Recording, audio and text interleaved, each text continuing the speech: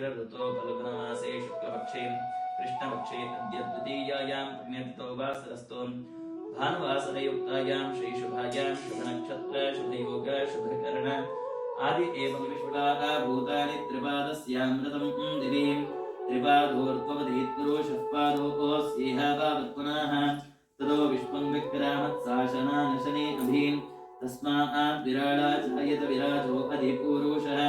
स जातो रसन्तो अस्यासीदाज्यं ग्रीष्मयत्मश्चरद्भविः तैयज्ञं वरेभिः प्रोक्षन् प्रभूषं जातं कृतः तेन देवा आयजन्त साध्यार्षायश्चये तस्मात् यज्ञात् सर्वभूतः संवृतं वृषदाज्यं पशून्तांश्च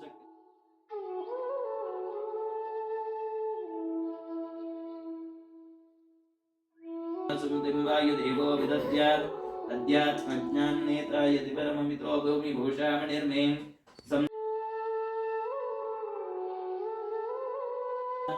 तथ्यमित्यात्ववचनवचनात्पदस्तं तदान्यान् प्रायच्छस्व प्रियायै प्रियतमकुसुमं प्राण तस्मै नमस्ते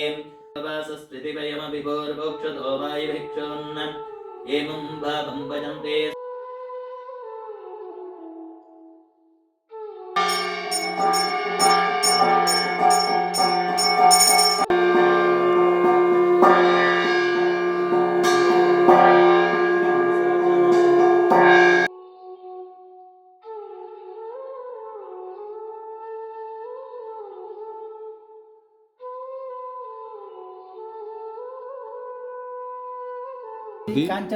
कांचन ब्रह्म उडुपी अन्न ब्रह्म एनी टाइम अन्नदान करते हैं